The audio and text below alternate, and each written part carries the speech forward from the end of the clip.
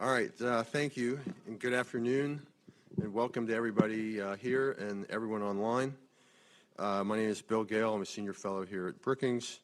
One of the first rules, one of the most important rules about retirement saving is to start as early as you can. So we're going to start right 2:01, I think, officially. In any case, I'd like to welcome you to this Retirement Security Project event. RSP has been in existence for about 20 years now. Our work has been animated and motivated by a basic thought, which is along the lines of just as you don't need to be a mechanic to drive a car, you shouldn't have to be a financial expert to be able to navigate the retirement system. And to be clear, that means that the policy goal is to design a retirement system that works for people who are not experts in financial issues. That's led us down several paths. First, we've designed and advocated policies to make saving easier and more rewarding, especially for low and moderate income households. This is the opposite of most retirement subsidies in the tax code, which tend to benefit higher income households. Many of them don't need the subsidy in the first place. Second, we've emphasized the role of behavioral economics in getting people to pay attention to retirement saving, to focus on the retirement issue. And third, we've emphasized what you might call a soup to nuts approach. That is, while we care very much about getting people coverage and getting money into the system, we've also focused on managing those investments during the working years, on managing retirement accounts during job changes, and very importantly, on creating effective ways to help people take their retirement balances out and convert them into a steady source of lifetime income. Our topic today is Secure 2.0, the legislation that was passed a little over a year ago. We were originally going to discuss this 2 weeks ago, and it got postponed, so thank you all for your flexibility. The good news is that Secure 2.0 made many positive changes.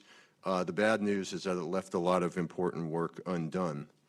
As we worked through these issues, trying to explain this, we realized we need to completely appreciate the strengths and limits of Secure 2.0. We needed to put it in the historical context of the evolution of the retirement system, and also to consider how the retirement system could evolve from here in the future. So we'll start out today with Mark Iwry presenting that paper. Then we'll have a panel discussion led by David John and with several distinguished retirement experts. And then finally, Ben Harris will provide summary comments and perspectives. I think you know all these people, but I'm going to give you a quick intro anyway. Mark Iwry is a non-resident senior fellow here. He's a visiting scholar at Wharton. He was a leading player in retirement and pension policy in the Treasury Department in both the Obama and the Clinton administration. He's worked as a research professor at Georgetown, a partner in the law firm of Covington and Burling. He's written and testified extensively on retirement issues, and I think it's fair to say he knows more about retirement issues than anybody else that I know. David John is a non-resident senior fellow here at Brookings. He's a deputy director of the RSP and a senior strategic policy advisor at the AARP Public Policy Institute. He has had the unique distinction of having worked for both Democratic and Republican representatives in the House, and he has also written and lectured extensively on these issues. Finally, Ben Harris wears many hats. He's currently the VP and the Director of Economic Studies here at the Brookings Institution. He's also the Director of the RSP. He most recently served as Assistant Secretary for Economic Policy and Chief Economist at the Treasury Department. Before that, he was at Northwestern University, the Urban Institute, the Council of Economic Advisors. He worked for President Biden while Biden was the VP, and then after that as well. And he has a long history here as well, having worked at the Hamilton Project, RSP, and the Tax Policy Center. And finally, Ben is co-author with Martin Bailey of this recent, very comprehensive book on retirement issues called The Retirement Challenge: What's Wrong with America's System and a Sensible Way to Fix It. David will introduce the panelists during that session.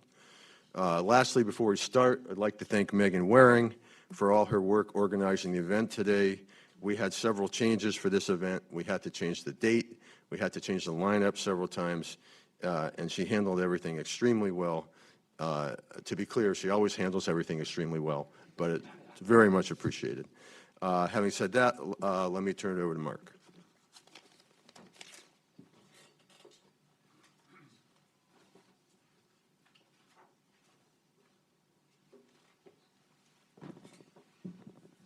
Thank you, Bill.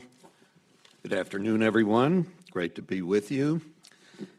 I would hope that I can touch on some of the highlights in this paper, which is co-authored by Bill and David and me, and which we've just released, but not the last part of the paper, which is looking forward.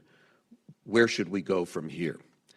And David and the panel will be discussing the forward-looking issues, and I will do the how have we gotten to where we are part of it, which is the first 3 out of the 4 parts of the paper. The paper is pretty concise. It gives an overview, and so it's necessarily selective in the issues that it covers. We focused on a number of key aspects of the private pension and retirement savings system, especially defined contribution plans, 401ks, IRAs, and a number of the reforms, both actual and proposed, that either we developed or were involved in developing or in very actively supporting.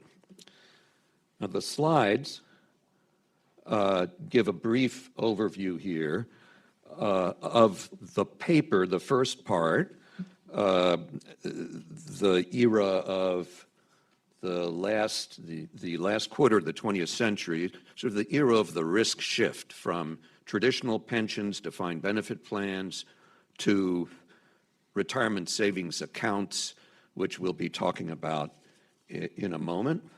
The second part, the first quarter of this century, so essentially from the turn of the century until the present, which is characterized by an effort to reform the system in new ways, to broaden coverage, to deal with this risk shift that started right after ERISA or even before, around 1974.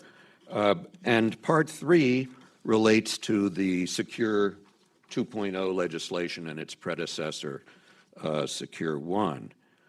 Now, since this year marks the 50th anniversary of ERISA, as well as more or less the first anniversary of Secure 2.0, it seems like a pretty good time to review the broad arc of retirement policy and behavior, and to look at how the private pension system's been evolving. In particular, during the final quarter of the last century, the shift was well underway from defined benefit, traditional pension plans, and more generally, employer-sponsored and employer-funded pensions, over to retirement savings accounts like 401ks, 403bs, IRAs. So let's consider each in turn. First, the defined benefit plans. We've got a tradition of defined benefit pensions and ERISA when it was enacted in 1974, the basic landmark Pension Reform Act, as it was called, was really dominated by the defined benefit concept. You know, it was all about defined benefit pensions. They dominated the landscape at the time. And traditionally, of course, they've given reliable lifetime income to people, to millions of middle-income workers and spouses. ERISA added the pension insurance, pension benefit guarantee system, and we have distinguished former director Tom Reeder here with us. And ERISA did a lot of other things to protect workers from employer or union transgressions or risks that they might create for the plan participant, all focused mostly on defined benefit pensions. DBs give benefits mostly based on wages and length of service. They're funded by the employer, as we know. The employer takes care of everything, essentially. It manages the investments or delegates to experts to manage the investments. It pretty much makes all the decisions, virtually all the decisions, for the individual. Occasionally there are employee contributions, but usually the employee can just sit back and enjoy the ride. The decline of defined benefit plans started actually before the ink was even dry on ERISA.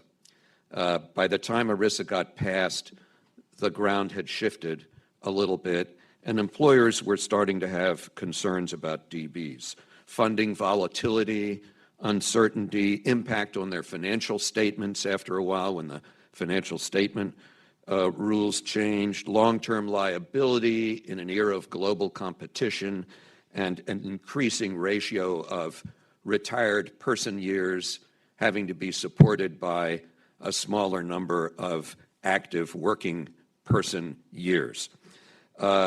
Complex rules were another complaint by employers. Decline of the union footprint in our economy. They were big in sponsoring and negotiating defined benefit plans, of course, decline of manufacturing. And for the employees, there were some drawbacks, although a lot of advantages.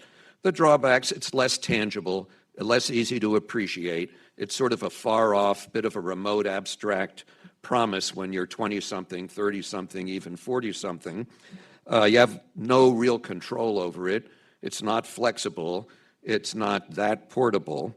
And the backloaded final average pay formulas that we had in traditional defined benefit plans, they let people earn most of the big payday at the end of their career. So the biggest benefits went to the lifers who were with the company the whole time and retired from the company. The benefits also tended to be stretched out, and ERISA reformed this a little bit, but people could work for years and not get that much, while perhaps the owner of the business was able to arrange the plan so that he or she got the vast majority of the benefits. There's a lot to like about DBs, but there's also a bit of DB nostalgia, if you will. Some of us look back, many of us talk about the golden years when we had DBs and not 401ks, but the truth is, I think that while those years were golden for some people, a good number of people, millions, they were not so golden for most. Now, the 401k, starting in the early to mid 1980s, has come to dominate the landscape. And the shift away from DBs is not, we would suggest, most usefully thought of as a shift from DBs to DCs. Classic DCs are things like employer-funded profit-sharing plans. The employer puts in a lot of money and may run the investments, and therefore it's professionally invested. Money purchase plans, where the employer funds it as well, and even though there's an individual account, so it's a DC plan, the investments, again, are done by the employer, and it pays out a lifetime income, like a DB plan when people retire. So the way to think about the shift, I think, is more as a transfer of risk from employers or collective risk sharing to individuals, to workers, from defined benefit and defined contribution plans to undefined benefit and undefined contribution programs, savings accounts, and in particular, in the early era of the 401k, a kind of do-it-yourself retirement program, where the individual funded most of it. There might be an employer match, but mostly the individual had to decide whether to contribute, whether to join the plan, how much to save, et cetera, and how to invest. And employers liked that in part because it took the liability partly off their shoulders. They had to define the investment menu, but then they were partly protected from fiduciary exposure if the employee botched up the investments, day traded, flipped back and forth, bad market timing, that kind of thing. So we had an expansion of 401ks and IRAs to become not supplemental, but in the case of the 401k, the main plan. And they benefited from their popularity with employees, visible, tangible. Here's my account. I can see what's in it. I can control it. I can treat it as something more portable and flexible when I leave my job. It might follow me, even though we've got lots of portability shortfalls in our system. And originally, the 401k was very much do-it-yourself, not much guidance for employees. They had to make a lot of decisions on their own, investing included. And then there were IRAs, which were even more do-it-yourself, filling the gap for people who don't have a plan and taking rollovers for people changing jobs from the plan benefits into the IRA. They're the least regulated vehicle in the retirement system, no qualified plan rules, no non-discrimination standards, no ERISA, other than a little bit of prohibited transaction rules, no employer contributions to the IRA, typically, and more assets under management now, total in IRAs, than in all the DC, including 401k plans put together, or all the defined benefit plans in the aggregate. So now, next phase, early 21st century, the shift is well underway. This is the bolded second category there. And what is going on here, as we've sort of framed it, is an attempt to deal with the risk shift through reforms of a different sort from what were traditionally the case in the pension system.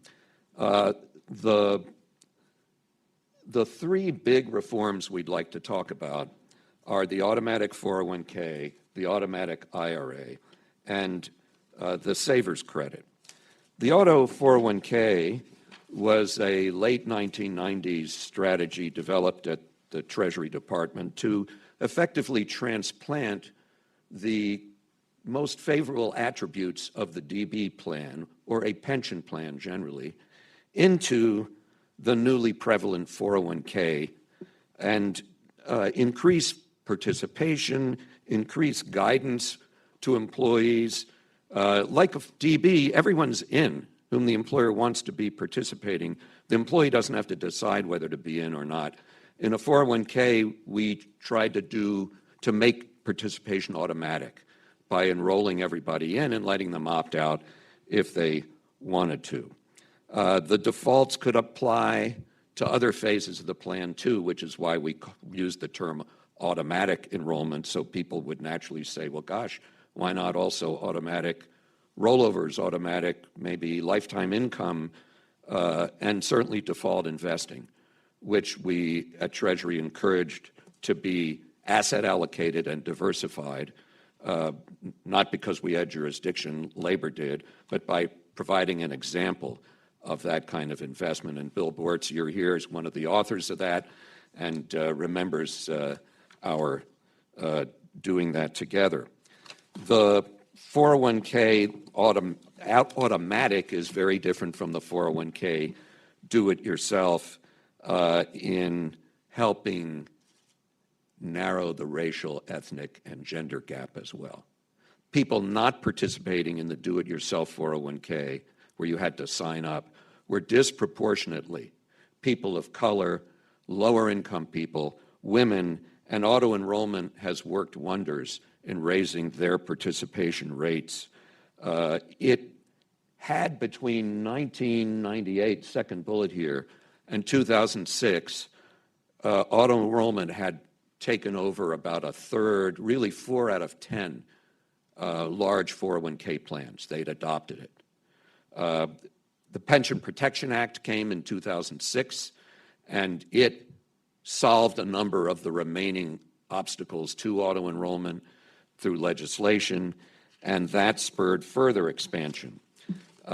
So we now have a system in which the vast majority of larger plans use auto enrollment. Second, the automatic IRA. I'll be quick. In addition to increasing participation by people eligible for a plan, how to increase participation or coverage for people who are not eligible for a plan. That coverage gap, 55 to 60 million people working but not eligible for a plan, was something that we addressed. The Retirement Security Project developed a proposal David, John, and I co-authored in 2006 to use payroll deduction saving tax-favored vehicles, namely IRAs, and auto enrollment in order to let people use an employer's payroll system, even if in this voluntary system, employers not wanting to sponsor a plan. And that gets the employer out of contributing, out of sponsoring the plan, even though we always accompany this by encouraging them to sponsor a real plan. It doesn't have exposure to investment, fiduciary liability for investments, and doesn't have to comply with the risks or the qualified plan rules. And that type of, the default is an Roth IRA, target date fund investment, and it has gotten a lot of bipartisan support early on, but then has had trouble moving in Congress in recent years, especially after the Affordable Care Act, with its own employer requirement, increased the partisanship. The automatic IRA is moving ahead in the states. 15 states have adopted it. This movement has been going on since 2002, and around 2007 or so, it focused on the federal auto IRA proposal, a nationwide piece of legislation, as the way for the states to go to kind of pilot that.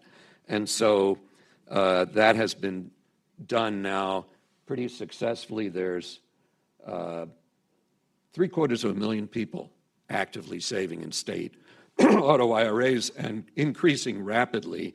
One of the exemplary plans, I'd say the most thoughtful state plan in the country, is represented here in the person of Josh Gottbaum, who's the chairman of the board of Maryland Saves and who is responsible for making it the most creative and thoughtful plan design out there. Finally, the Savers Credit. If we can get people into the saving habit, can we make it more remunerative? And this applies whether it's auto enrollment or they sign up for a plan. It applies to an IRA. If a person contributes, they'd get 50% tax credit to their plan deposited in their account as we designed this proposal back in the year 2000. And it's targeted only to people in low tax brackets, below a certain income level, to sort of level the playing field for lower and moderate income. The Secure 2.0 has done a lot to undo what Congress had done to this proposal 20 years ago. In about 20 years ago, 2001, Congress cut the proposal back by saying that the money won't be a 50% credit anymore, only to a de minimis number of people. It'll be a 10% credit for most people. It won't be refundable, so people without a tax liability won't get it the way we'd proposed. It won't be put as a match in the account. And Secure 2.0 has reversed that by allowing the refundability and the match and restoring the credit rate to 50%. Not effective till 2027, but hopefully this will really be a major improvement in our system. Secure 2.0 did not include a lot of breakthroughs, nor have there been elsewhere a lot of breakthroughs with respect to these coverage gap, racial, ethnic, gender gap in savings, security, income, wealth, portability, we don't have enough, leakage, we have too much. And the reason we got Secure 2.0 the way it is that the more ambitious reforms couldn't get bipartisan support. So Congress fell back to Plan B, what can we pass with both parties? And this was it, 92 different sections that could get bipartisan support. The second thing I'd like, besides the saver's credit, to touch on are the auto features. It required auto enrollment for the first time. Always was voluntary for 401k sponsors, now mandatory, starting in 2025. And because it's bipartisan, a lot of people weren't that thrilled about this in the industry or in Congress, so they grandfathered every existing plan that was in existence when the law was passed over a year ago. They also, however, did a number of other good things. There's a safe harbor for correcting administrative errors if you've got auto enrollment, which actually was a big deal because a lot of plan sponsors said, I don't want to adopt it because either the enrollment or the escalation, if you're raising people's participation, contribution percentage from 5% this year to 6% next year to 7% the following year, automatically unless they opt out, it's easy to make a mistake and to not get it right. So IRS gave relief, and that was codified by 2.0. Retirement income, it did a lot to encourage DC plans to provide retirement income, especially annuities. And by it now, I mean I'm aggregating Secure 1 and Secure 2.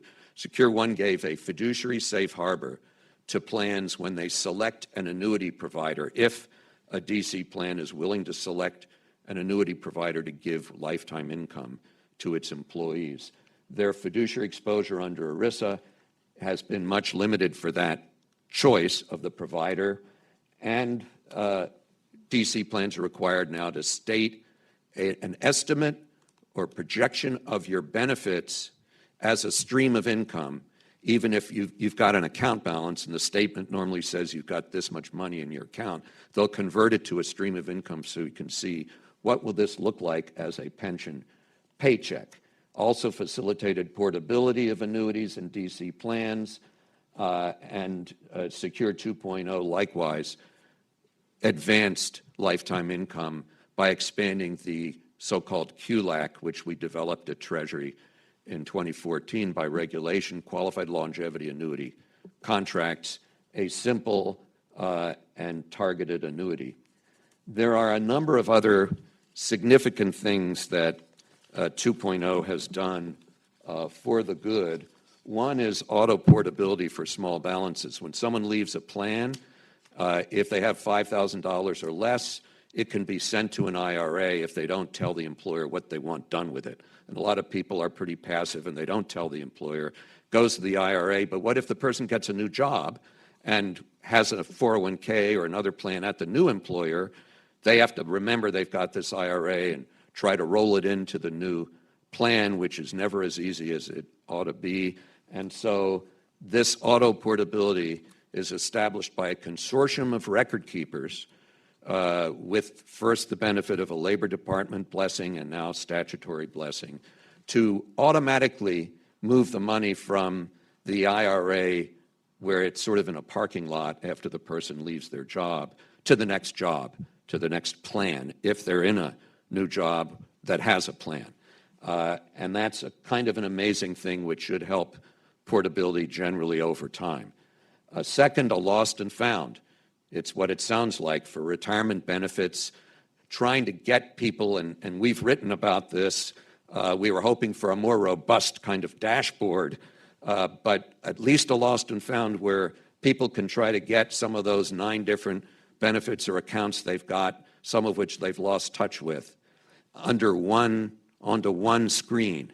And Labor Department is assembling an online facility, though getting the data together from the industry is a challenge, but they're doing that. Thirdly, rollovers. As we mentioned, not easy. I suggested to Congress for 2.0 that they require all plan sponsors and record keepers to, over a period of years, like 3 or 4 years, get together and agree on a common standard protocol for moving the data and for moving the funds. Couldn't get bipartisan support for that, but we compromised with a model form. Treasury will solicit the input, will urge the industry to basically do it themselves, but Treasury will then have its way with that form or forms and standard data points to streamline and simplify rollovers. And it'll be a model, not required, but hopefully the industry, having designed it, we hope, will generally adopt it universally. Emergency savings, this is really big. We think that one of the long-term major benefits from 2.0 could be the emergency saving conversation and movement. It puts on the table this idea that lots of people don't, lower income people, are so financially fragile and buffeted by the need to repair the car and take out high-cost debt from payday loans, high-cost credit card debt, are constantly struggling with economic shocks and unexpected expenses. We could use the employer plan system to help them, whether it's outside of a plan, or employer system without regard to the plan, or the employer plan system. And Secure 2.0 has two different provisions. They were actually competing proposals consistent with the bipartisan compromise. They adopted both, but they're not inconsistent. And you can now have a blessing from Congress for accounts in a 401k that are just for emergency savings, and hopefully encourage people to feel like they can put some money away for the long term, because in a very separate account, they've got short-term money to use for emergencies. So they don't feel quite as out of control in their financial lives. So you can do this in a couple of ways in plans, including through after-tax employee contributions, and you can do it outside of a plan. Finally, MEPs and PEPs, these are multiple employer plans. Small businesses have high per capita costs. If you put them together, we might get economies of scale. Congress has blessed doing that, even if the small businesses are not otherwise affiliated or related. That common bond used to be a legal requirement. Congress got rid of that, so there's now more flexibility in creating collective plans. There's much more in this 2.0. Not all of it reforms. Some of it kind of the price paid for getting reforms into it. But we don't have time to go into that in my section, but David and our star-studded panel will do that. So, David, where do we go from here? All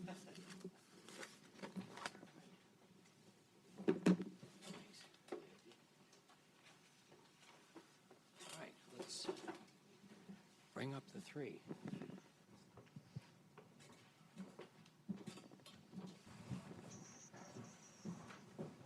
Well, now we have the question of the age.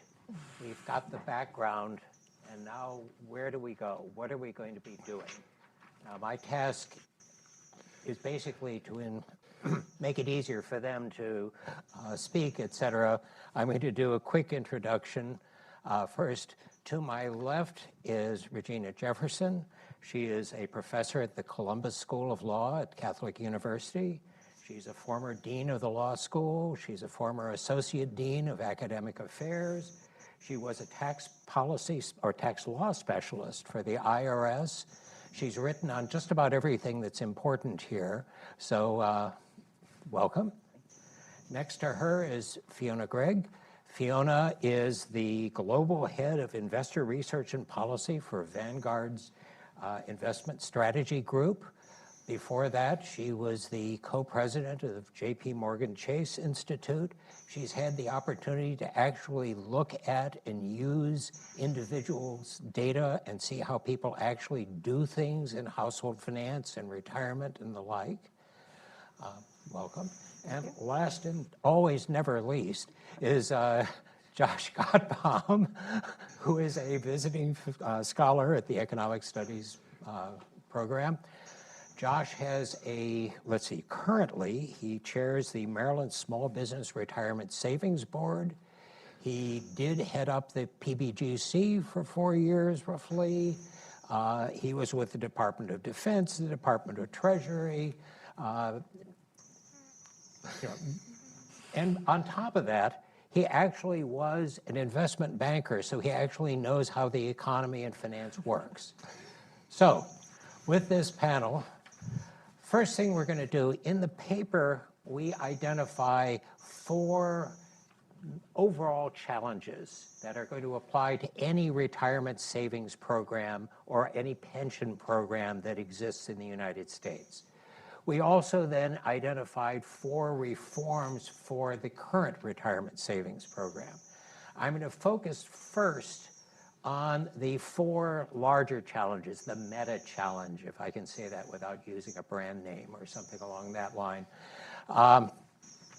which is aging society in the U.S. We are getting older. I am getting older. I'm grateful for that, I might add. We have a fiscal problem where we may or may not be able to afford everything that we've promised going forward. We have a problem with individual financial life. All too often in retirement, we look at one column. How much have you saved for retirement? What are you going to do with that money once you retire? But the fact is that retirement savings and pensions are part of your overall life. Debt. How do I finance a house? How do I manage to get my kids through school? Things along that line. And that's a real challenge that we have to deal with going forward. And last but not least, we have a racial and income wealth gap, which is there. It has been present. It is not really improving all that much. So now, my one set question, because this is intended to be an informal discussion, I'm going to go down the line once and ask you, of those 4, which is going to be the hardest to deal with? And also, do you agree with those 4? What did we miss? Regina. Okay. Well, I'll begin by saying I think all of those are certainly serious challenges, but I will start with the last one. The one that deals with racial and income disparity. And the reason I select that one is I think it is very complex and in fact touches on the other 3. I think that there are numerous reasons to explain both the income and racial gap, one being that our existing retirement savings program relies on deductions and deferrals so that it provides the upside-down subsidy, giving people more who have more, people less who have less. And so I think that's a big part of the problem. I think another part is that those people who are not represented or are not participating in employer-sponsored plans often are disproportionately minority and low income because certain industries don't offer plans in the same frequency that other industries do. But I think it's something that we can't look at in a vacuum. So that's the retirement aspect. I think another part of it is looking at intergenerational wealth, for example. We have other tax subsidized programs that affect intergenerational wealth, I think, directly, particularly if we look at, for instance, home ownership. Home ownership is tax subsidized and probably is the 2nd largest tax expenditure to retirement income. So I believe that to look at that problem, the problem of income and racial disparity, we can't look at it individually. We have to look at it holistically. And I think holistically means looking at not just our retirement savings policies, but also our other incentives for savings, particularly those that are tax subsidized. Absolutely. Fiona? What she said. I told her I was going to say that. I did. So, no, but seriously, I mean, I do think the challenge of the sort of racial wealth gap that we have in this country is it's so large, right? So how do you peel that onion back in a couple of different ways? And let me actually focus on your third challenge, though, because in some ways these two things are connected, right? It didn't occur to me that when I was at the J.P. Morgan Chase Institute, the one part of the balance sheet I couldn't see was retirement funds. And then I go to Vanguard where I can see retirement funds, and now I can't see any of the income statement or the debt picture. And that kind of like just journey of what, it's like whack-a-mole. Well, I can see a little bit over here, but I can't see much of that over here, is a lot of what's, if the financial advisors don't have all of that information in one place, and the products that we are serving up don't have that full view of people's financial lives, it's hard to make sure that we're going to make progress for people in terms of how we design products and services, et cetera. In the context of sort of that fragmentation, I think it's particularly sort of prolific in retirement, right? That fragmentation of I've got 8 accounts here, I switch jobs 5 times over the course of my life, I roll some over, it's sitting in yet a different account, and that fragmentation makes it difficult even for the individual to create that holistic picture and figure out, what do I do with my next dollar? Yeah. Do I pay down my high-cost debt, or do I save for retirement, or do I pay off my student loans, or do I save for emergencies? And that very practical question of what do I do with my next dollar, I actually think is a question that people across the income spectrum experience. But the choice sets are just much more limited for those who don't have the benefit of intergenerational wealth transfers, don't have the benefit of family who can step in and help, don't have the benefit of a mortgage they could take a home equity loan on, and all of the things that Regina spoke to. There are some of us who just get backed up against a wall in a much, tighter way. And, so that's when the trade-offs become between, okay, now I've taken on all of my high-cost options, and now I'm going to dip into my retirement savings. So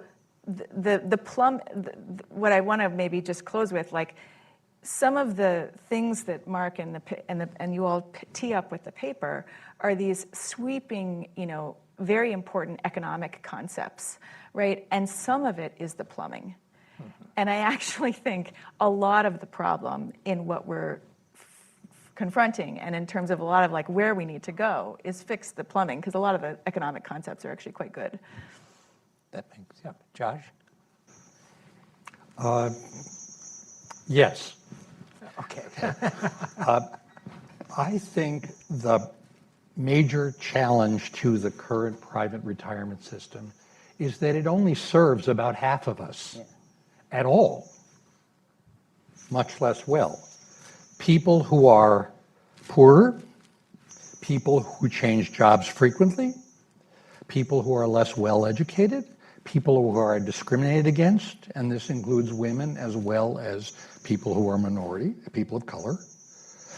They face an insecure retirement. Often they have no retirement savings at all. 50 years ago, as Mark pointed out, ERISA was passed. At the time, the dominant retirement form was final average pay pensions, and roughly, the stats were not as good then as they are now, but roughly 40% of people had something in a pension. Okay, we have now gone 50 years, expanded dramatically the resources to retirement savings, and you know what percentage of Americans have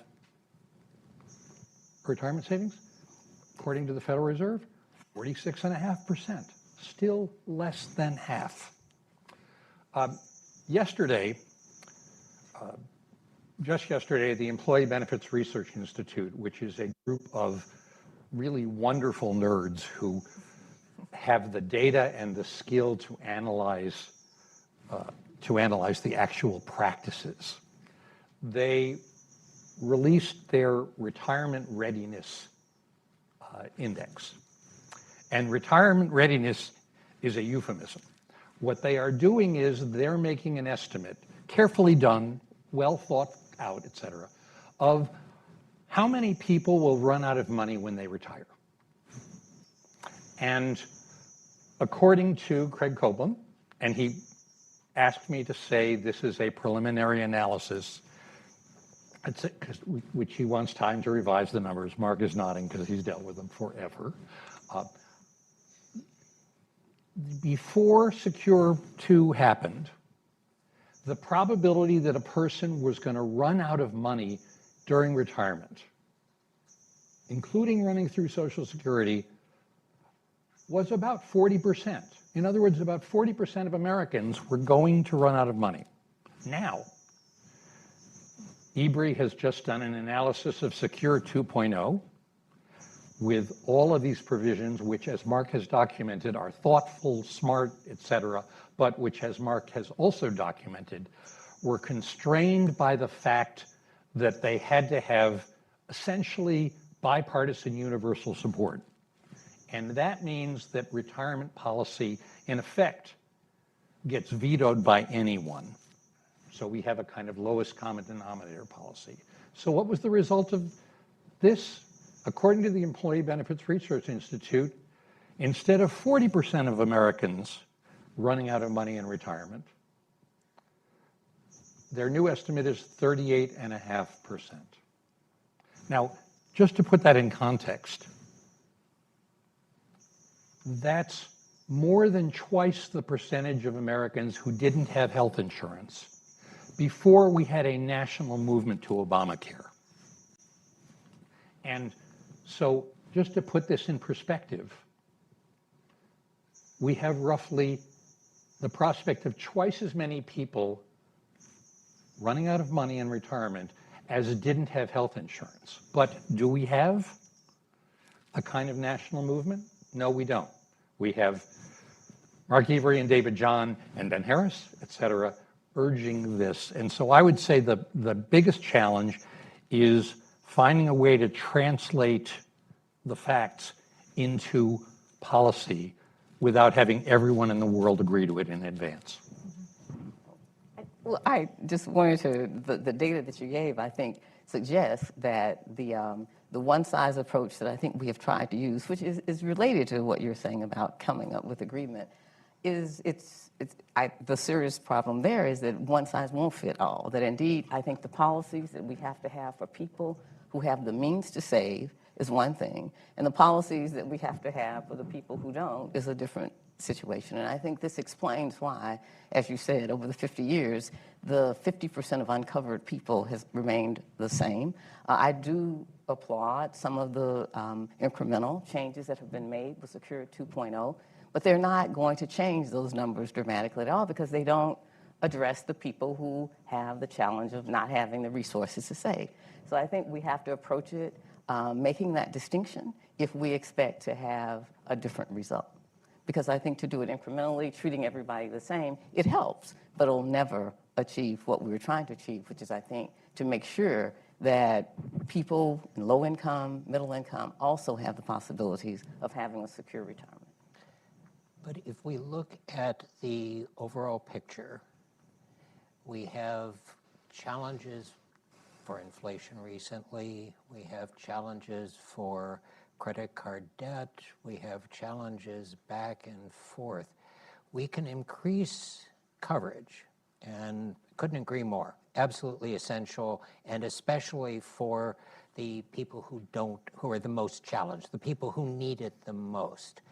But given the overall too, how do we make it so people can save? I mean, one of the things, if we look at the automatic enrollment, for instance, it is based on percentages of income. So your default is 5%, 6%. If you're lucky, you have an employer match for part of that. But then we look at the tax benefits, and the tax benefits are based on dollars.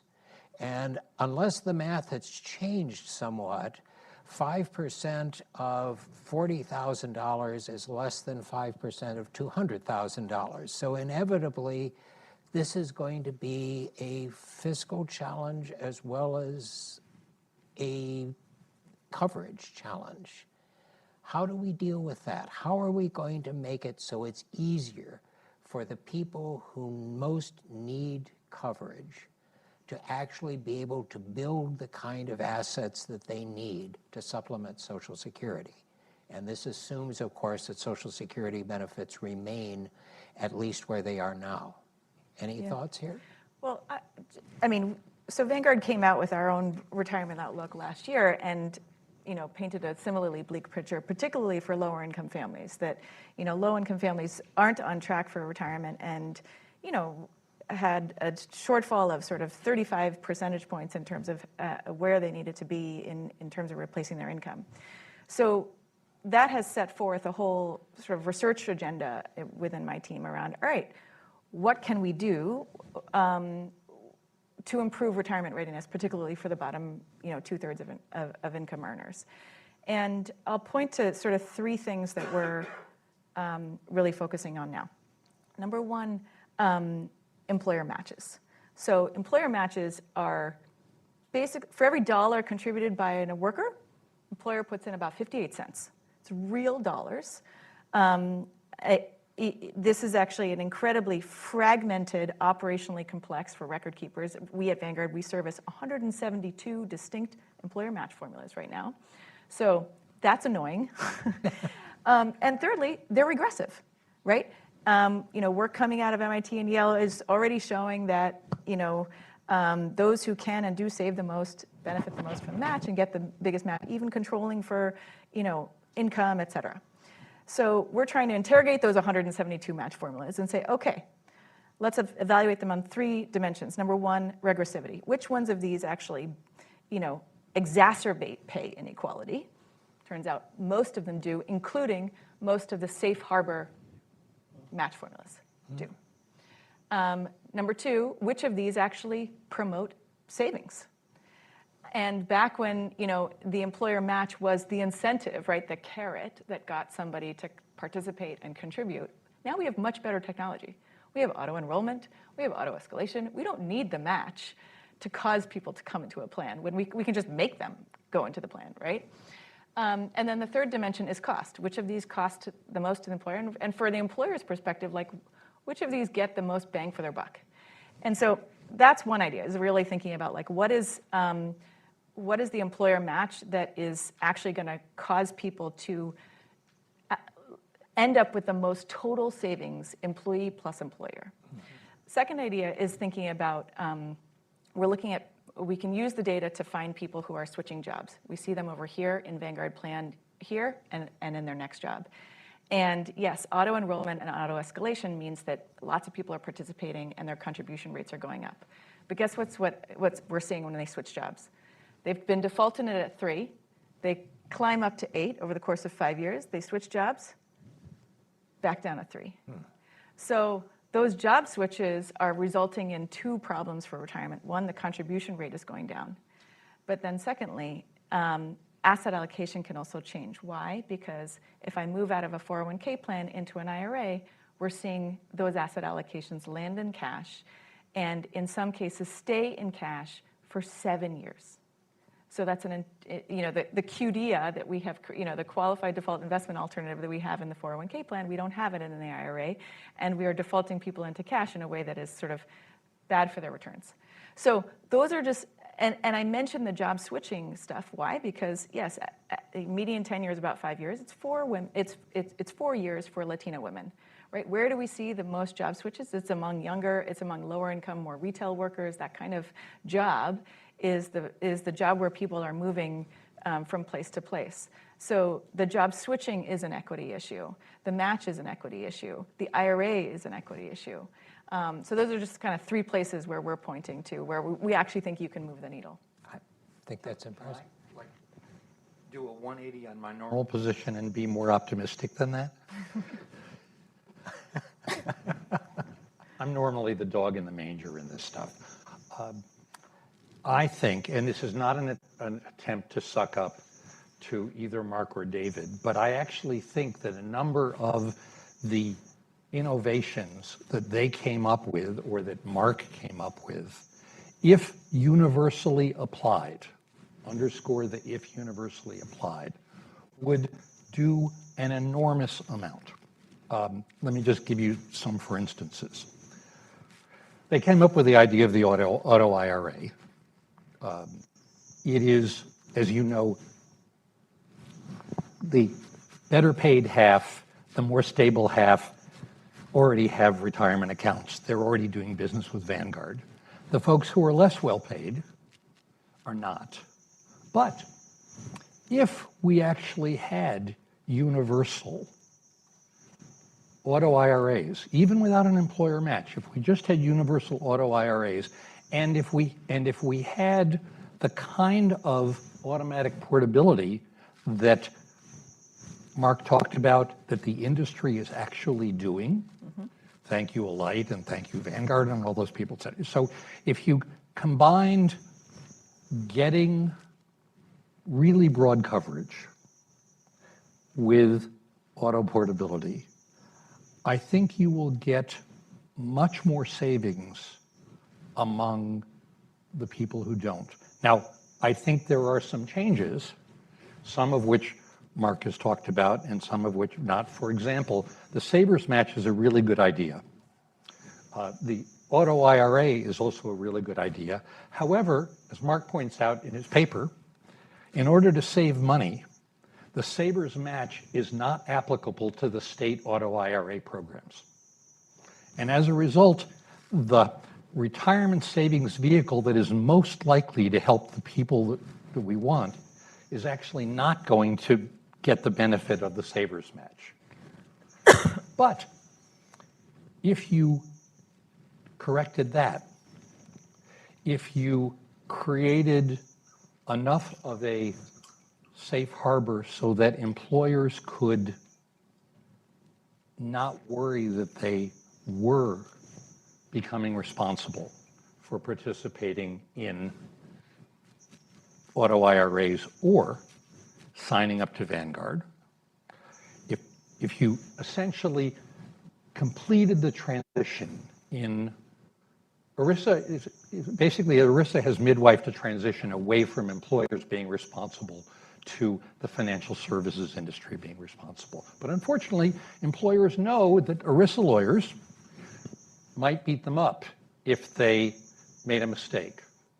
And if we could facilitate putting the responsibility on the financial services industry, taking it off the employer, using automatic enrollment, then I think you would have a, more than think, I've done the math, you would have a quite significant increase in savings for exactly the population that we want. So basically I'm saying we should do what you guys want, except we should do it consistently, universally, that we should make sure that the federal government supports it instead of hobbles it.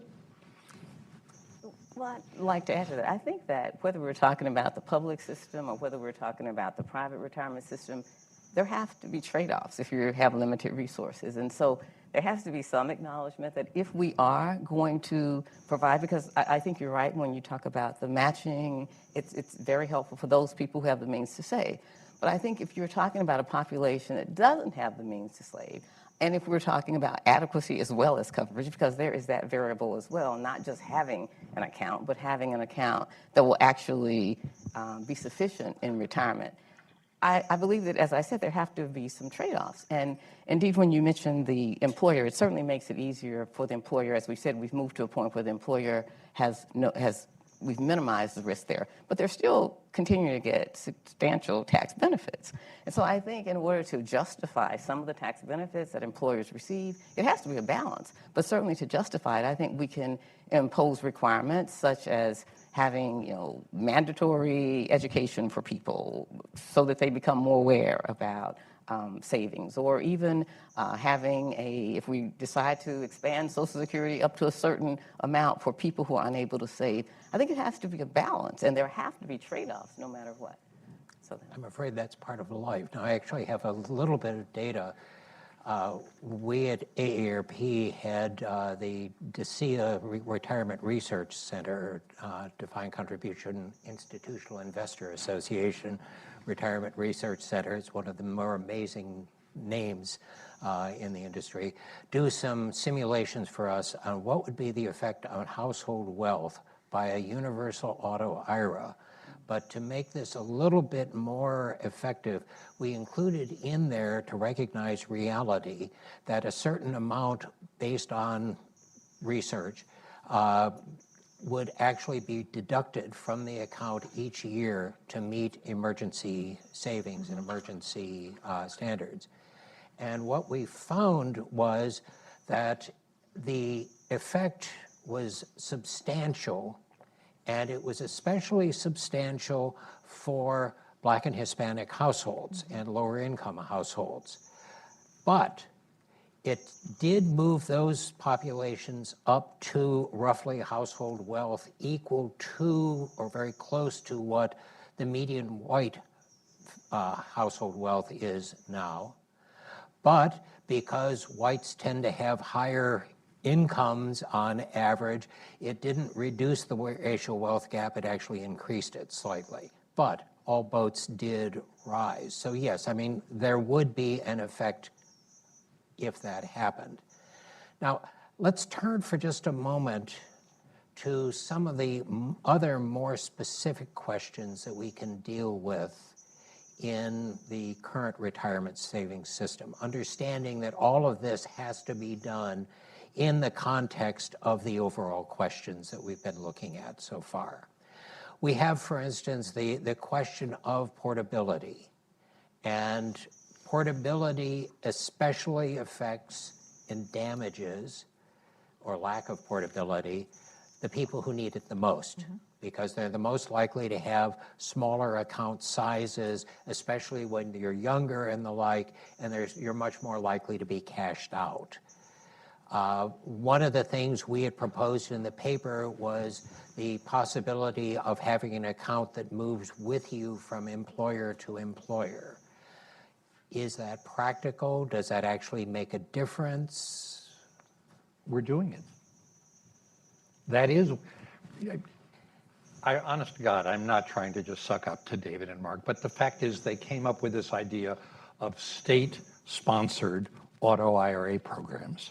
And one of the things, and I basically designed and chair the one in Maryland, and one of the things we discovered in Maryland is that we have individuals who are holding multiple jobs, both of which are going into their Maryland Saves account. And so I think the technology is there.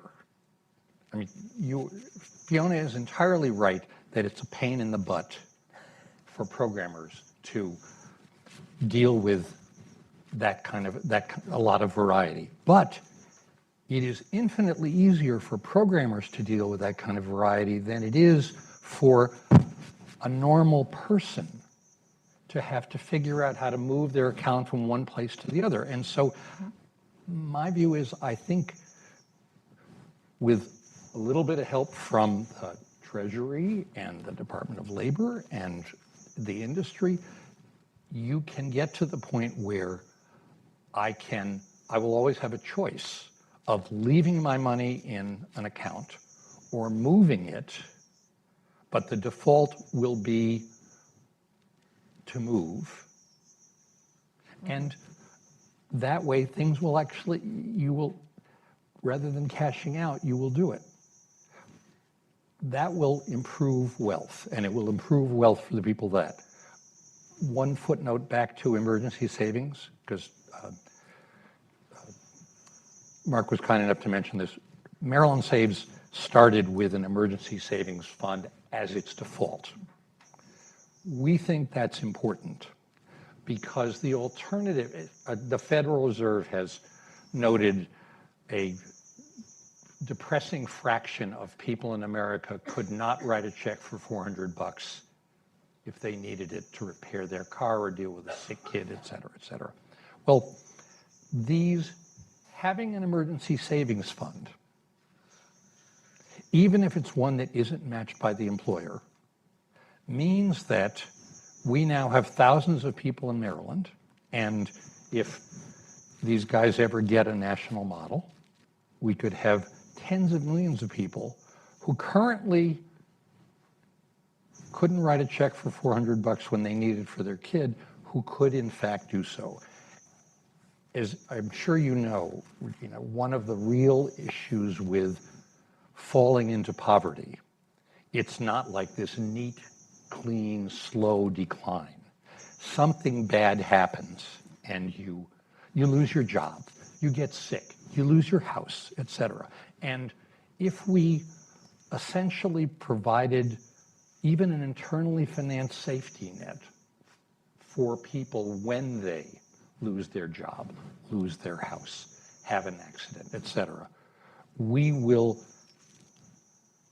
improve the lives of lots of people. So I'm a fan of emergency savings, even if it's not matched by employers. And going back to your question too about portability, I think that it's something that the paper mentions about just making sure that the rules are simplified for rollovers, or also making sure that perhaps we could have more standardized rules for rollovers. So I believe that that would be a part of the solution to make it so that individuals don't have to rely so heavily on self-help and self-information to know how to go about preserving that tax-preferred status of their retirement savings. And also, I think it also would maybe prevent some of the leakage that we have, because now some people, I think, inadvertently end up with distributions that they might not have had they known how to properly roll it over. So I would certainly add that to the list and say that the paper had mentioned that, and I would be in total agreement with that. Yeah. One other thought on the Portability Services Network, in some ways can be, I think, may end up being a Trojan horse for actually a lot of good things, right? Because right now it's actually has a very limited mandate, right? For balances under 5,000, they need to be able to move from this 401k to that 401k should you arrive in a new one. But now there are conversations, could it be the vehicle by which we also get the savers match into the right place? Could it be a source of a more holistic data feed about not just what the asset allocation was in the old plan, but also what their contribution behaviors were, right? So for example, could it be the case that there's a technical fix to the job switching problem that I described, where if I was defaulted in at 3% and I was escalated up to 8%, I get to my new plan and they say, oh, thanks to the Portability Services PSN, I see that you were contributing at 8%. We'll default you in at 8% rather than 3%, right? Like that kind of, there's a lot of the doors that open by virtue of this one thing that we have created that is probably kind of like the private sector analog to the state IRA programs that we have now in 15, 16 states or whatever. So we are starting to, I think, connect the dots in very important ways. And I think I'm very hopeful that it'll create a lot more option value in terms of other ways that we can innovate to sow some of these seams. Cool. Let's turn to the elephant in the room, which is always there. I have, if I am really lucky, I've been auto-enrolled into a plan, I've been auto-escalated, I've been auto-invested, et cetera, and now having absolutely no practical experience with investment management, I reach retirement and they hand me the biggest check I've ever seen in my life and say, you're the one who knows how to deal with this money going forward. What can we do about that? What is realistic as opposed to idealistic?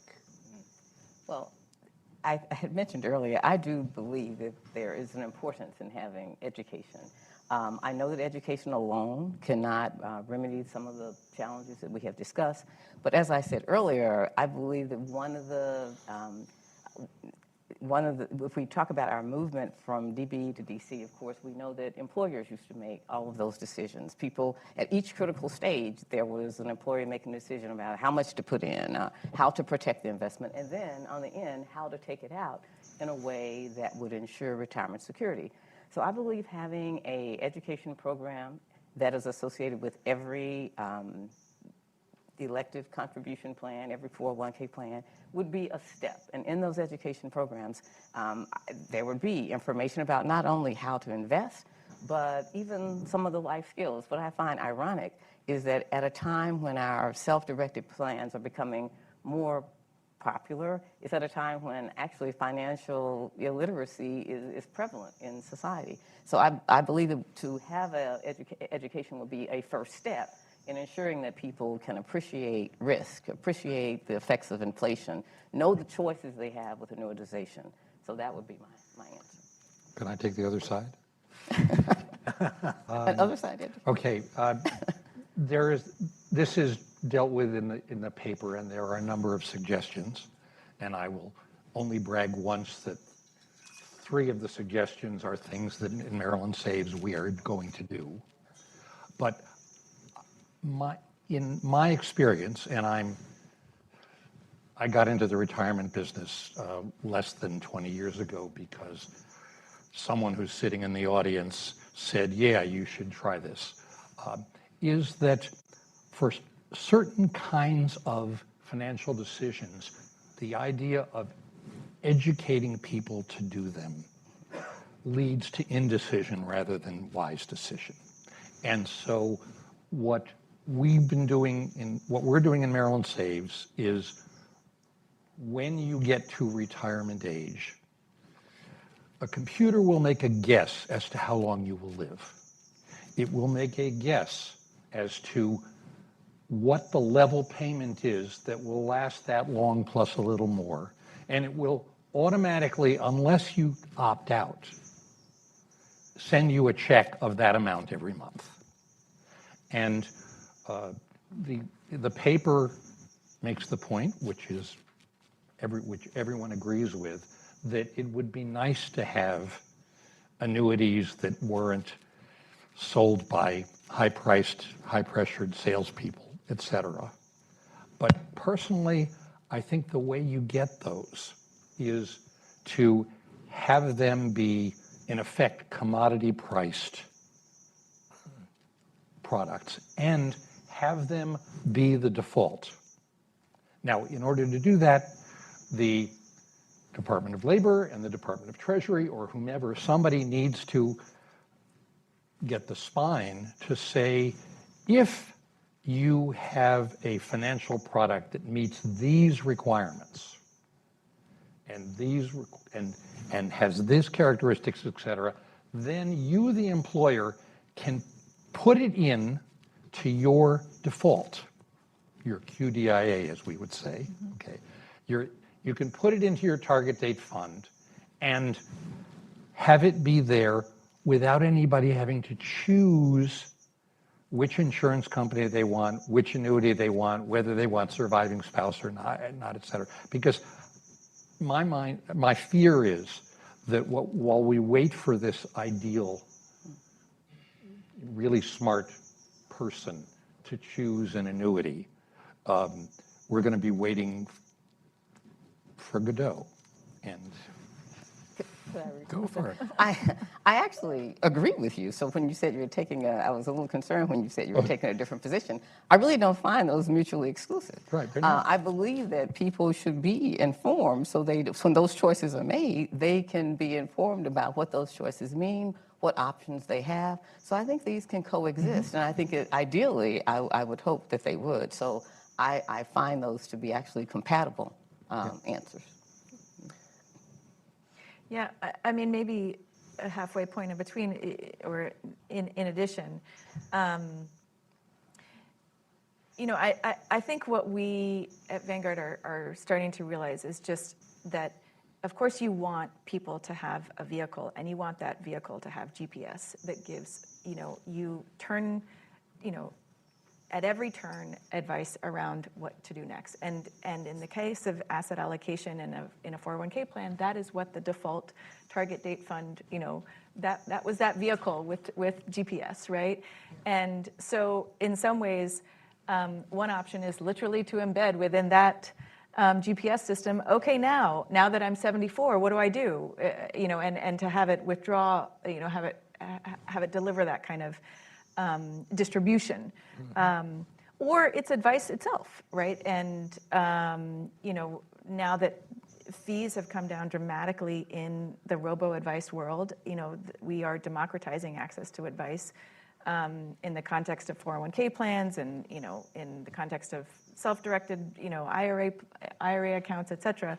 And that's another option. But the question of how to embed this in ways that is permissive and the default, I think, is the important question.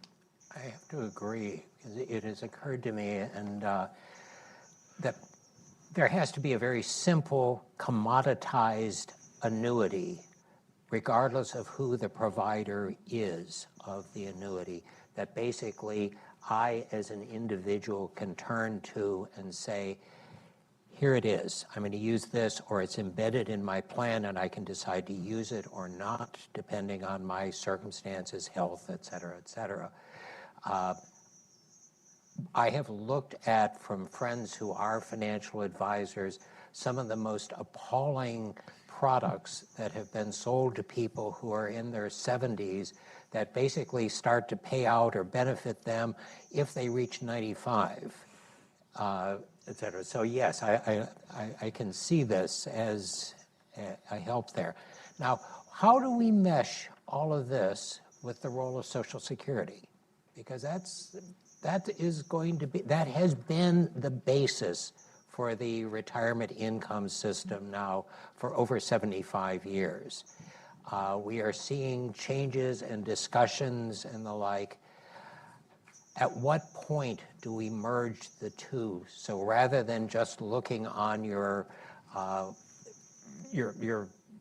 calculator and it's saying, well, you need to have 10 years worth of income to be comfortable, it actually folds in Social Security and the like. What's the role going forward? With Wendell Primus sitting in row 2, I'm going to be cautious about saying things about Social Security, except a caution. Those of us who know retirement policy and those of us who know Social Security, or pretend to know Social Security, Wendell actually knows Social Security, understand the details really well. And as a result, there have been a number of, in my view, really thoughtful, well-meaning proposals, complicated proposals, for integrating private retirement savings with Social Security. Mm-hmm. I can't remember whether you guys co-authored one or not, et cetera, but my friend Jason Fichtner I know has, and has been advertising, et cetera.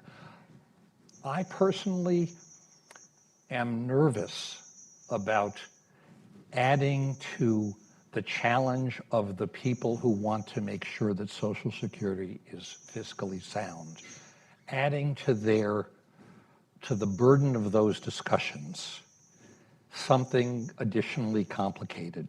And so my personal preference is that we solve the challenges of Social Security, and I'm one of those people who thinks you should solve Social Security the old-fashioned way, which is you should pay for it. Mm-hmm. You should raise taxes and pay for it, and because that's what we do, and that's what every developed country on the planet does, et cetera. But I would caution the let's design features of the private retirement system that dovetail with Social Security, because I think that will make the task of preserving Social Security, which is already hard, as everybody knows, and make it even harder. One thing, I mean, I agree with you. I don't want there to be any changes to Social Security. Let's keep it, let's preserve it, let's maintain it.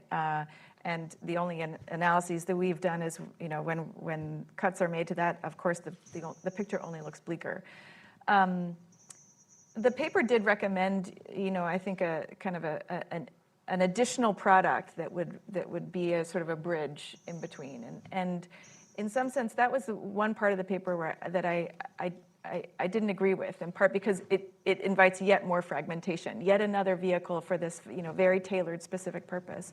I'd rather see this, and I think it's imminently doable actually in with modern advice, is like personalized advice should tell you, should you use the only $10,000 you have in a 401k plan to delay Social Security claiming, and that's what you're going to use your nest egg for. I mean, that should be what an advice engine can do on a personalized basis. And the modern advice engines, they do take in your Social Security information. They integrate that into the plan. So I don't know, from the perspective of what should the individual do, I think that answer is available. And I'd rather, I mean, I wouldn't want to see yet a different account that is sort of. I realized I missed an opportunity to point out another feature that's in your paper, which happens to be, again, something that the Maryland Saves Plan is doing, which is one thing that is talked about but not done out of fear of fiduciary obligation is offering people the option of using their private savings account first so they don't have to apply for Social Security early. And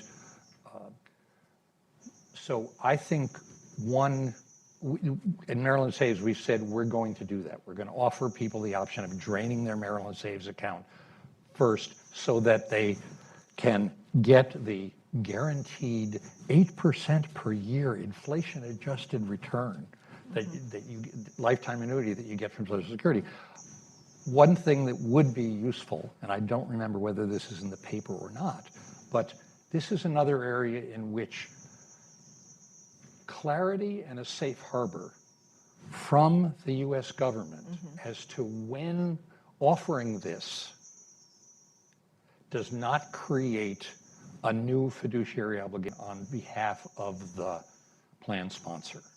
That would, my view is, I think there are lots of people who would say you can take your money out of your 401k faster and thereby delay claiming Social Security if their ERISA lawyers didn't tell them, you could become a fiduciary. I actually have a question about that because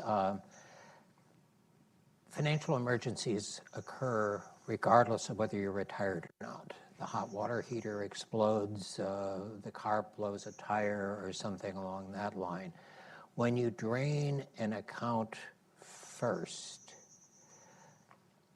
doesn't that really assist people only who are going to be making Social Security the vast majority of their long-term retirement income? I'm glad you raised that because thank you, because in our design, what we're planning to do is to essentially say to people, you have the first option we're going to offer you is to drain the retirement portion of your account and not the emergency savings portion of your account. And so you'll still have an emergency savings fund because this is ad number 47 for this paper. One of the points that Mark and David make in their discussion of lifetime income is that you do need to keep an emergency savings component as part of it. And so, yeah, drain down, but don't eliminate emergency savings. Okay. All right. I'm going to look now, actually in about 10 minutes, just as a fair warning. Not yet. In 10 minutes, we're going to take questions. So start to formulate. We ask no soliloquies. This isn't Shakespeare. But questions, comments, and the like are more than welcome as we go forward here. If we have a savers match and we have an employer match, realistically, assuming that we have an employer match that has been reformulated so it basically hits the people who most need it, Is that an answer to dealing with, or is that at least an approach to dealing with the question of wealth disparities, et cetera, et cetera? Does that actually start to make a significant difference? Again, assuming that Social Security doesn't change for right now. Well, I would say anytime you have a match, that it's premised on the belief that it's matching something, some contribution.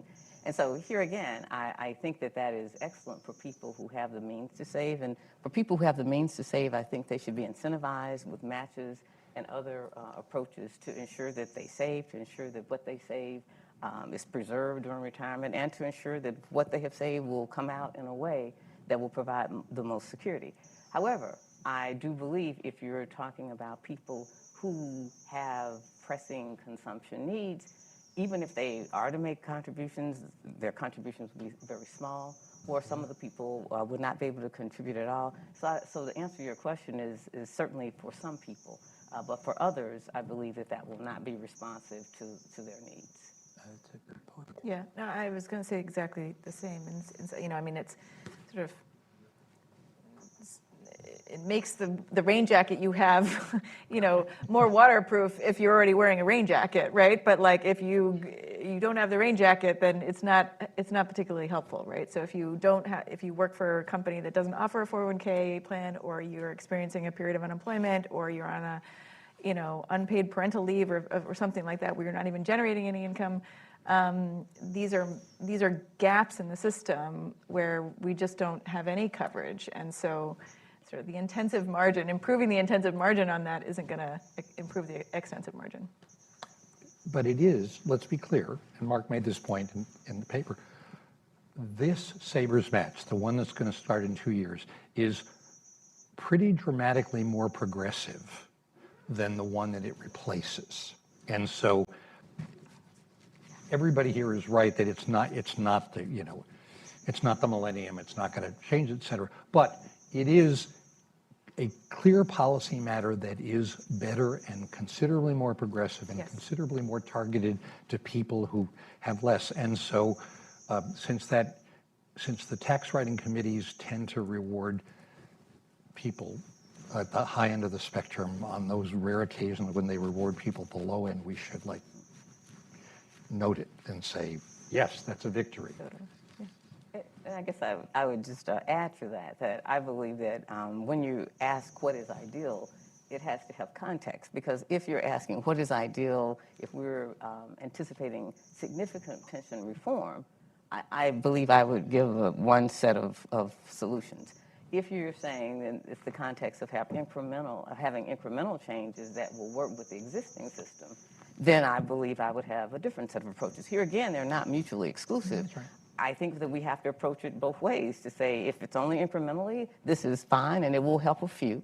If it's something, though, more aspirational, like having significant pension reform, then I think we should approach it differently and say, how can we include everyone under the tent? Amen. Thank you. That's the thing.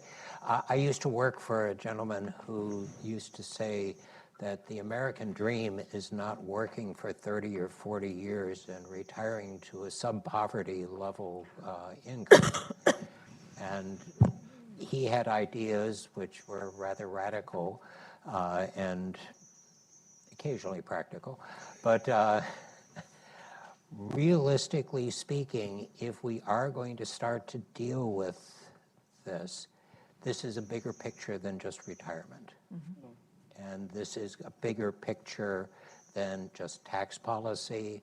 And this is a bigger picture where we need to essentially have an agreement going forward that we can do better. And that's going to be an exciting challenge.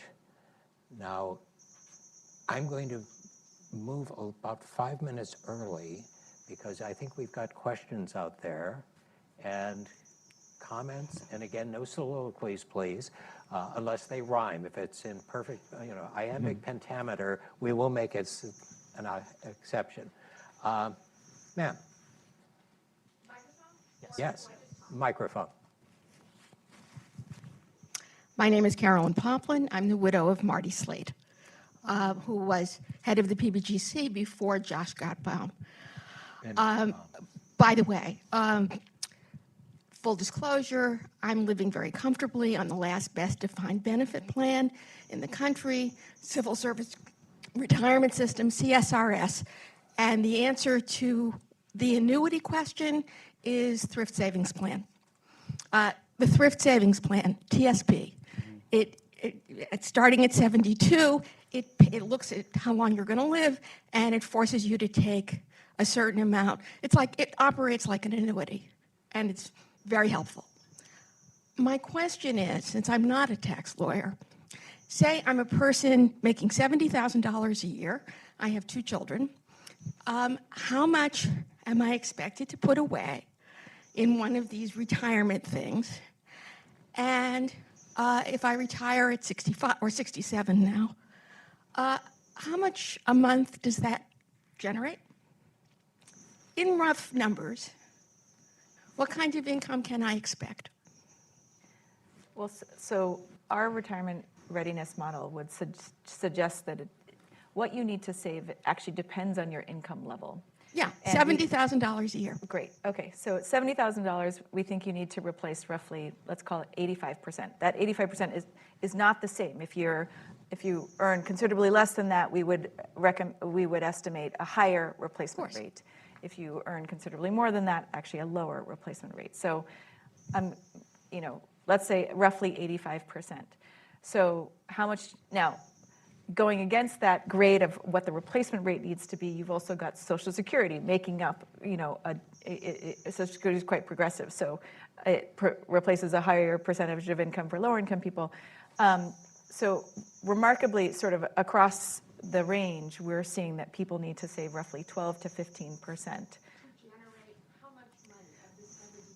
Right, to achieve that replacement rate that I just mentioned, sort of 85% if you're in this sort of 70,000 range. About 60K. How much money do you have to save how much money do you have to save annually to get to that replacement rate? Right, so at 12 to 15%, if we said you need to save 12 to 15%, depends how much of that could come from some employer match, that could come from a saver's match, that could come from your own money. But that's the percent of one's income that needs to be going to a retirement account on an annual basis. So where that money comes from can depend on, the generosity of the employer or saver's match, et cetera.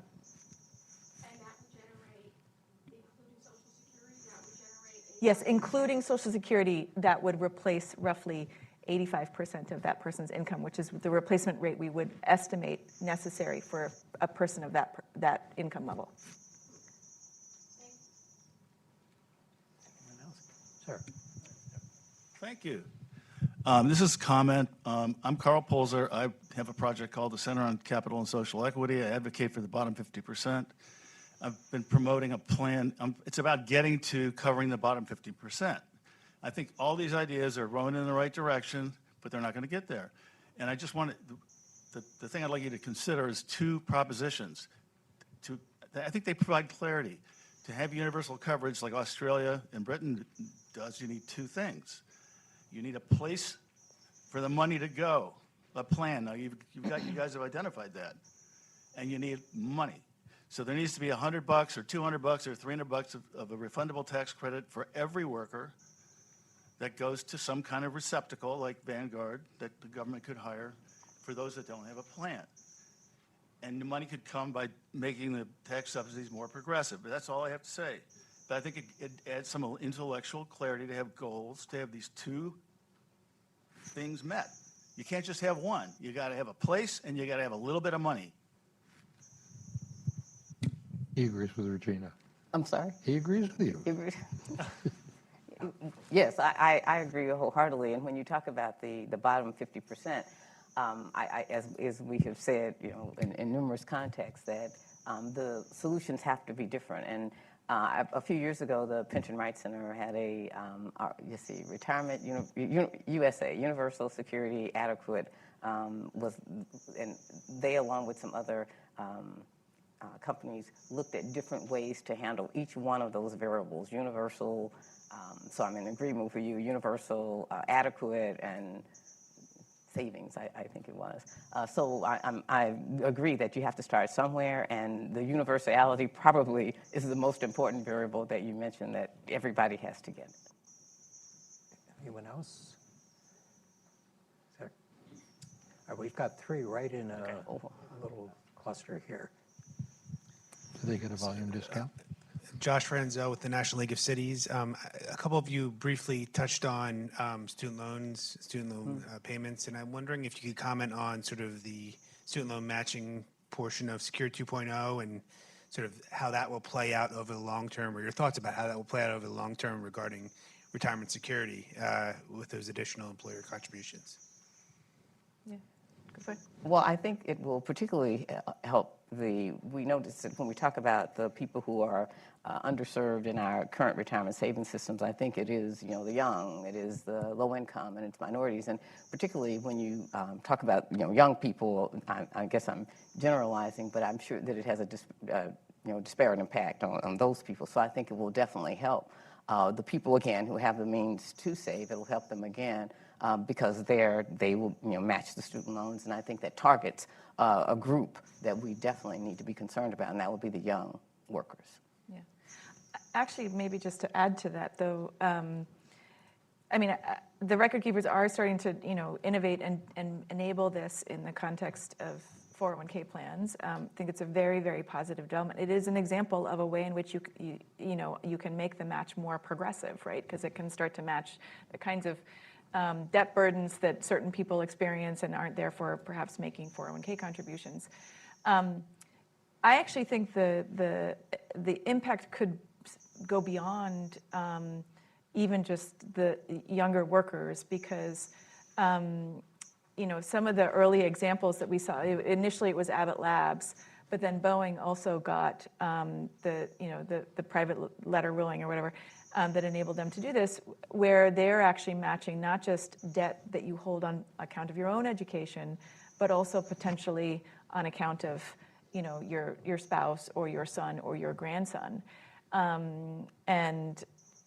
was at a couple of events this past week or so, hearing a little bit more about the Boeing experience, where actually the average age of the person benefiting from the student loan match now is 37. And that they had one service person who had been there for 40 years and was, using this now to benefit, to help them pay off, obviously, a son or somebody, a dependent's student loan debt. So all to say, it could be not just young people, but beyond that also. All right, we had two more questions right over there, and then we'll... Can I actually make one more statement about, but student loan debt is oddly bimodal. It's, in terms of the debt burden, yes, for sure, it is our lower income families who experience this, but obviously there are high income earners who also have, student loan debt. And so in terms of where this is being taken up, it may actually be more the high skilled companies that are more interested in this as a benefit to extend to their employees, not just because they are highly educated and come to the firm or they come to the company with student loan debt, but their children are also likely to get the master's degrees, et cetera. So in terms of I think the theory of the case was very much around equity, and I think there's a lot of promise there, but I'll be curious to see in terms of realized benefit, whether there's a bit of a bimodal story there too. Yeah, hi. Ray Boschera, U.S. Senator Bob Casey. As David and Fiona know, Senator Casey next week is introducing his legislation, 401 Kids, to create savings and investment accounts at birth for all kids that are funded progressively.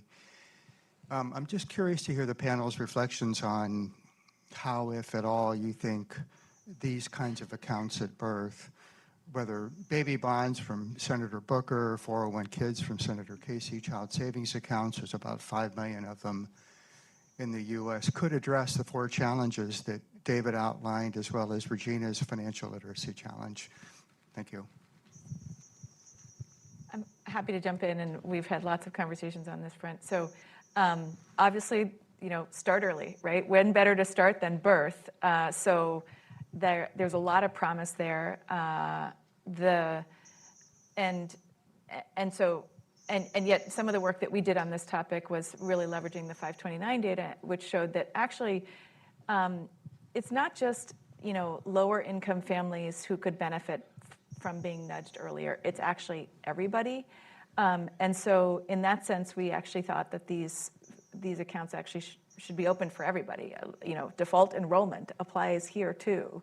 And just because you open the account doesn't necessarily mean you need to fund it equally across the board. And you could obviously fund it to a greater extent for, in income targeted or wealth targeted ways. So that was another thing is thinking about that funding being quite progressive. And then thirdly, really thinking about the asset allocation, right? That it shouldn't be staying in cash or in some kind of capital preservation. If it's going to stay there for 18 years, it should be invested, and that's some of the benefit, and realize the benefits of have that long time horizon. But and then the last point I'll make is, and yet this is perhaps yet another form of fragmentation, right? We might start yet another vehicle to save for a certain something or other. So figuring out on the back end, how do you allow that to port back into one of these other systems, whether it's a 529, whether it's a 401k or a state IRA, or, how do you create that auto portability on the back end so that this money, finds the person come hell or high water, right, in some form at some point in time. But it is worth saying that there's data that suggests that just having an account makes one more forward-looking, Yes. makes one willing to defer gratification. And so I think there are, in addition to the narrowly defined financial benefits, I think those kinds of ideas, even if we underfund them, could pay dividends that, frankly, economists may not get. And as you say, I would add to that, and you mentioned it in your question, that it is closely related to the educational component. And so I certainly applaud it for that reason, that having people to make it a priority, to know the value of it, I think is the beginning step. So I certainly would support that in connection with the idea that education is important. All right, we are technically out of time. As a matter of fact, we are technically over time. Yes. So there was one more question back there, and if you'd come And our up boss is the next guy and our boss, some of our boss is the next guy on the agenda. Oh, Yeah, I'll be quick. My name's Adam Bloomfield. I'm a government economist. I've been studying these state retirement mandates for a couple of years, so for everyone in the room, thank you for giving me something to do. These mandates can be thought of as stick, but we found in our research that they do induce a surprising number of employers to stand up their own plans. So, and indeed, these crowding effects are fairly substantial. It makes me want to ask you about this sort of carrot side of employer inducements. It's specifically the tax incentives that are not new, but have been beefed up as a result of Secure and Secure 2.0. Is that, in your view, sort of tinkering around the edges in the broader landscape of the last 50 years, or are these employer inducements through the tax code something substantial? As it happens, one of the other weird things about the Maryland Saves program is that in order to get bipartisan support, we didn't have a noncompliance penalty. Instead, we had a financial incentive to employers to sign up. And it looks like, the program's only a year old, so it looks like that is sufficient, if you don't put too much burden on the employer, to get them to sign their employees up roughly comparably to the penalty side, et cetera. It's too early, it is too early to know. But from my perspective, since half of America, am I allowed to admit that this is an issue on which Democrats and Republicans are very seriously divided? The paper makes the point that the easiest way to get this universal is to require it. However, Republicans in Congress and those states that are dominated by Republicans said, we're not going to do a mandate. The good news is that they are at least open to the idea of a financial incentive. And so the hope of some of us is that the financial incentive plus the point that Fiona made, which is that the cost of administration of these plans, the fees, are going down. So the two together may get you an expansion of coverage. All right, and with that, I'm going to call a halt. Please join me in thanking the panel, and we'll turn it over to... Thank you. That was, thank you. It was fun. I enjoyed it. I did.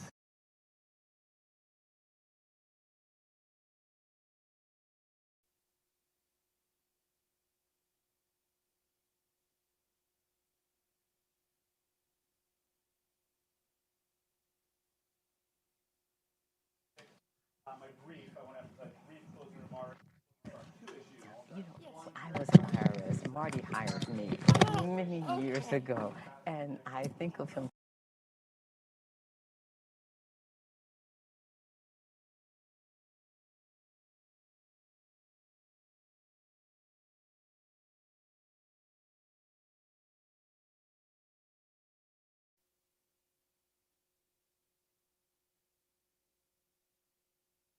So I'm admittedly prone to hyperbole, so excuse me.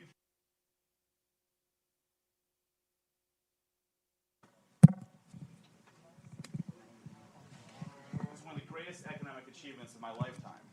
Let's start with life expectancy. In 1960, the life expectancy for a 65-year-old man was 12.8 years. That has increased to 17 years today, or a boost of roughly 1/3. Retirement-age women saw their life expectancy increase by 3.9 years, or by about 1/4. Our most precious commodity in retirement is not a 401k balance, or prescription drugs, but years on this earth. And over the span of 6 decades, that has increased substantially. The second major accomplishment has been an explosion of wealth near retirement age. Between 1989 and 2022, the median financial wealth for households aged 65 to 74 increased by 165% after accounting for inflation. The increase was nearly identical for housing equity. Americans are entering retirement age much wealthier than they used to be. So the combination of these two developments means not only do we have substantially more time in retirement, we also have substantially more inflation-adjusted wealth with which to enjoy it. However, because I'm an economist, I also feel obligated to caveat these positive trends. The gain in life expectancy has been drastically unequal, as shown by research by Ann Case and Angus Deaton in their research published by the Brookings papers on economic activity. Even as we've seen an increase in overall life expectancy, this gain has been unequally shared, with the adult life expectancy gap between those with and without a bachelor's degree widening from about 2.6 years to 6.4 years between 1992 and 2019. This discrepancy demands attention from policymakers. On wealth, while there has been some progress on this front, the U.S. continues to struggle with vast discrepancies across income quintiles and across races. The racial wealth gap, in particular, remains a persistent illustration of U.S. inequality. As with the unequal gains in life expectancy, this discrepancy demands policy attention. As we've discussed today, and was detailed in Bill, Mark, and David's outstanding framing paper, these achievements coincided with an ongoing improvement in the laws and regulations surrounding retirement saving accounts and related decumulation strategies from those accounts. This progress has held several defining characteristics, which I will briefly outline. One, it has been decidedly bipartisan. PPA 06 is the best example, passing by 88 votes in the Senate. I think the vote was 95 to, or 8 to, should be able to do this on the fly. It got roughly 90 votes in the Senate. It was overwhelmingly passed, and by 148 votes in the House. And all three of these bills, PPA 06, the Secure Act, and Secure Act 2.0, enjoyed bipartisan support. This bipartisan approach is critical for two reasons. Most importantly, with a Congress that has been divided more years than not, bipartisan legislation is simply more likely to ultimately become law. But almost as important is the permanence that comes with bipartisan support. That is, no threats to a rollback the law once Congress changes hands. This permanence allows private sector entities to plan and implement the reforms without fear of a sudden congressional reversal. A second defining characteristic is that this legislation was passed with the consultation of industry. I understand that touting the influence of lobbyists may seem backwards, but the truth of the matter is that when it comes to retirement security, public programs and private industry are fundamentally joint partners. From injecting automatic features into 401ks, to bolstering financial literacy, to making QLACs more accessible, we are often asking plan sponsors to be frontline implementers of this policy. They should have a seat at the table when the laws are written. A third defining characteristic of this collective legislation is that it has been incremental. I see this as a feature, not a bug. Automatic enrollment was introduced in the late 1990s, which gave a community of public finance economists an opportunity to test, measure, and study its impacts. In 2001, a seminal paper by Bridget Madrian and Dennis Shea showed that automatic enrollment decidedly worked, and Congress subsequently expanded the reach of automatic features in the 2006 legislation. And then we again studied the impacts, and Congress again legislated an expansion of automatic features in the Secure Act. On the whole, the retirement legislation over the past few decades was driven by empirics and evidence-based policy. The fourth defining characteristic is especially relevant today, that the Retirement Security Project has been enormously influential throughout these reforms. Bill, Mark, David, and Josh are far too modest to admit this, but their fingerprints of these scholars are all over this century's legislative progress on retirement. Their credibility, brilliance in research, and willingness to work with both parties has made them an invaluable asset to the legislative process. Without their efforts, our defined contribution retirement system would be nowhere near as flexible and dynamic as it is today. Pivoting from these legislative successes, I'll now discuss what I think will and should happen next. In particular, I'll highlight what Congress should and probably will do, what Congress should do but probably won't do, and what Congress must do but doesn't want to do. Let me explain while also briefly noting that many of these ideas are fleshed out in my recently published book, The Retirement Challenge with Martin Bailey. Congress should and probably will take up a Secure 3.0 Act that builds on the incremental progress of the prior two acts. While there are aspects of these bills that I see as problematic and counterproductive, they are overall a major improvement, and I hope we see continued efforts in this space. I particularly hope that Congress continues to focus on decumulation options, making products like deferred annuities and reverse mortgages more appealing, affordable, and accessible.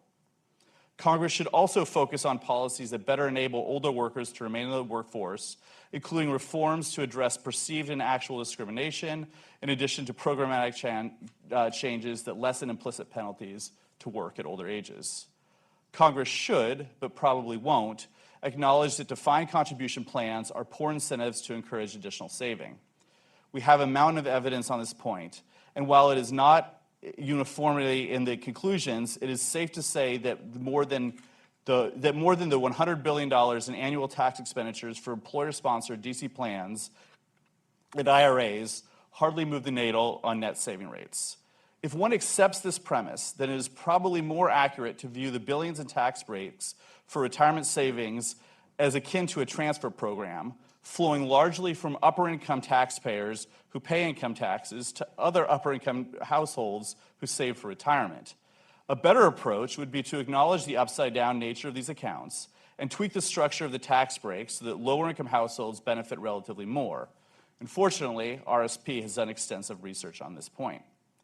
Lastly, Congress must, as difficult as it may be, address the looming exhaustion of the trust funds. This uncertainty is driving up retirement anxiety among working-age households while undermining faith in the government's ability to administer the programs. And while acknowledging that putting Social Security and Medicare on a path to long-term solvency may be an impossibility in a starkly divided Congress, I would suggest that reformers take a page from the PPA and Secure Act playbooks and consider more incremental reforms that extend the trust fund exhaustion date by 5 or perhaps 10 years. This does not have to be an all-or-nothing endeavor. So I'll close by thanking everyone in attendance and online for joining us today. Hopefully this program has been informative, if not enlightening. Thank you, too, to everyone who has supported RSP over the years, and to those who have joined the project's efforts to provide evidence and data to the policymaking progress. I truly believe American retirement is better for it.